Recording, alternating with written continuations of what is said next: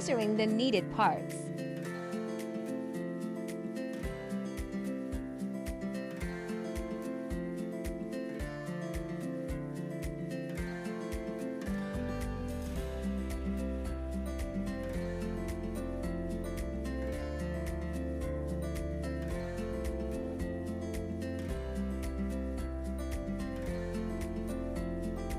Prepare and lay the fabric. So, ready na itong fabric. Pwede na nato ni siya markan according sa ato ang mga measurement na gikuha ganina. So, nagamit ko og tailor's chalk and tape measure. So, daghan ta ani og makat nga pieces of fabric or cloth to make a couch cover. Sa uban ani, mugamit sila og pattern paper since wala man ko'y extra or available ani nga time. So ako ra siyang gilargo og mark sa fabric.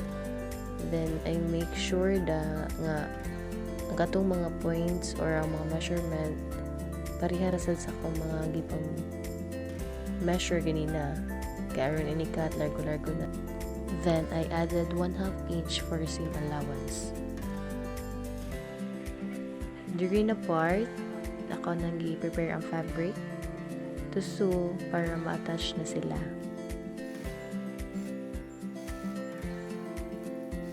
So, aning pag-start sa pagpanahi, no, dili siya sa yun kay naay time nga magkasayop-sayop ka, tas-tas.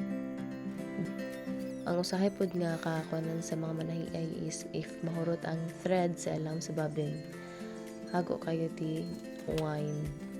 So, maura po to. Kini akong pagtahian nga couch cover. I think 3 days din ako nagama. Pero if wala ko nagunong-hunong, mga 2.5 days. Mga to siya. Ug diri gigapoy na ko kaayo sa kita kong likod pero kay wa may nagsugo na ako padayon lang gihapon. Naka 1/4 ako ani sa ako ang tinahi ani nga part kunot kaayo paswasa man ni. Mao to gibidyohan ako siya kay di man ko perfect. Diri nag-start na ko og trace sa mga curve nga part kay crucial man ni siya tahion. Mao to gilingkuran jud na ako og gitrace gamit ang tailor's chalk. So duha ni siya nga part ang ako ang gi-tracean.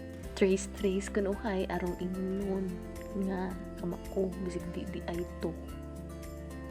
Kana magpaspas dara dai nya after tracing balik na pud ta sa atong makina manahi na pud ta balik-balik na siya kay imuha man siyang i-check or i-fit nimo siya sa imuhang gisukdan aron makabalo ka og asa nga part ang namao ug asa ang part ang wala nagkadimao kay ug wala tas-tas. Usap pud careful pud ka sa imong mga ipang pair nga fabric kay ug mag-attach na ka nya dili siya mao nga imuhang na pair another tas-tas na sad.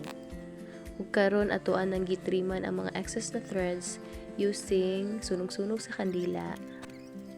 This time, I used the top 1/16 to finish or add finishing touches to the product.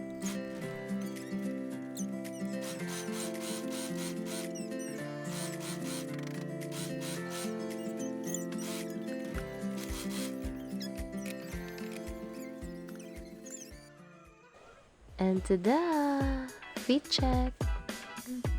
Makalipay kayo sa pamati nga nakita ang imong output ug nagamit na siya. In ana day na no, bisan sa imong kakapoy, ma-proud gihapon ka sa imong buhat.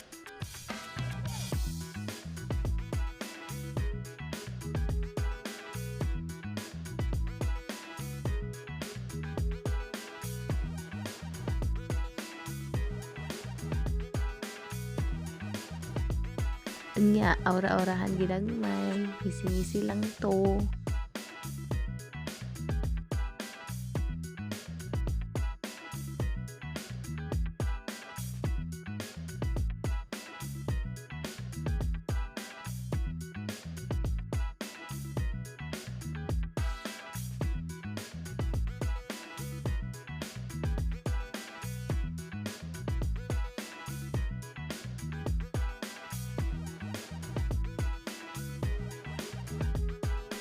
So, mao to, fit check done. Post ginagmay. Unsa na bughay sunod himuon? Bitaw, magunahon na punta. So, take a look sa mga pictures from the back part ug sa front.